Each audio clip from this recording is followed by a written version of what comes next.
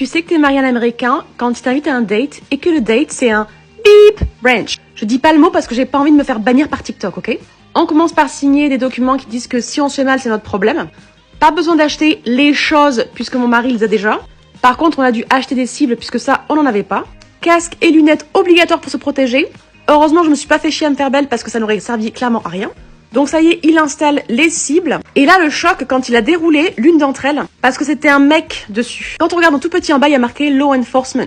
Donc ça veut dire que c'est des trucs qui sont faits pour les policiers. Bref, ambiance. Apparemment, il y a des gens qui passent des heures et des heures là-dedans. Moi, j'avoue qu'au bout d'une heure, j'en avais déjà un petit peu marre. Donc on est parti manger dans un resto, une steakhouse façon australienne. Heureusement qu'on n'est pas en train de faire un régime parce que le truc qu'on a choisi pour l'entrée, je vous dis pas, un oignon frit. Et d'ailleurs, pour ceux qui ne parlent pas anglais, prenez un screenshot parce que j'ai pris une image qui montre comment dire en anglais comment on veut sa viande. Et voilà, le gros oignon bien frit est arrivé. C'était un rendez-vous amoureux pas hyper romantique, mais au moins, j'ai appris un nouveau truc. C'est pas ce que vous en pensez en commentaire.